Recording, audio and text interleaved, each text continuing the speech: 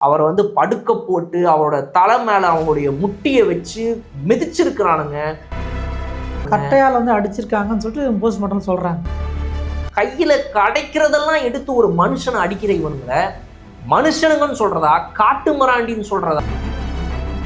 கடந்த ஒரு 2-3 நாட்கள்ல இந்த ஒரு செய்தி வெளியே வரும்போது அடுத்தடுத்த செய்திகள் சரி இந்த நேரத்துல சொன்னாதான் எல்லாம் கவனிப்பாங்கன்னு சொல்லி ஒவ்வொரு இடங்கள்ல நம்ம பார்க்குறோம். சமூக வலைதளங்கள்ல இந்த போலீஸ்காரங்க எப்படிலாம் அத்துமீறாங்க, அவங்களுக்கு கொடுக்கப்பட்டிருக்கிற இந்த ஒரு அதிகாரத்தை எப்படி இவங்க துஷ்பிரயோகம் பண்றாங்கன்றது பல இடங்கள்ல தெரிய வந்துட்டு இருக்குது. ஸோ இந்த இதுலையுமே பார்த்தீங்கன்னா அவரை வந்து படுக்க போட்டு அவரோட தலை மேல அவங்களுடைய முட்டியை வச்சு மிதிச்சிருக்கிறானுங்க, குத்தி இருக்கிறானுங்க. கட்டையால் வந்து அடிச்சிருக்காங்கன்னு சொல்லிட்டு போஸ்ட்மார்ட்டம் சொல்றாங்க.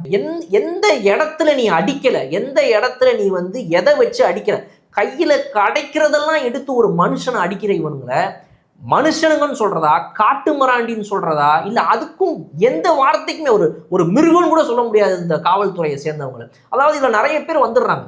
இந்த காவல்துறை 1-2 பேர் பண்றனால மொத்தமா வந்து பேசாதீங்க, பயத்துல சொல்றாங்க. ஐயோ மொத்த பேருமே இப்படின்ட்டா நாளைக்கு நம்மள எதனா பண்ணிடுவாங்களோ. இப்போ நம்ம பேசுகிற நம்மளுக்கே ஒருத்தவங்க ஃபோன் பண்ணுறாங்க, ஐயோ அது மாதிரிலாம் பேசாதீங்க நாளை அப்புறம் எதனா ஆகிட போகுது அப்படின்ட்டு. அந்த பயத்தில் தான் எல்லாரையுமே மொத்தமாக சொல்லிடக்கூடாது, ஏதோ 1-2 பேர் இருக்காங்க அப்படின்ற வார்த்தை யூஸ் பண்ணுறாங்க நான் நினைக்கிறேன். உண்மைதான். இந்த காவல்துறை மேலே வந்துட்டு இதை காவல்துறைன்னு சொல்லாமல் பல பேர் ஏவல் துறைன்னு வம்பிழுக்கிறதுக்கான காரணமே என்ன?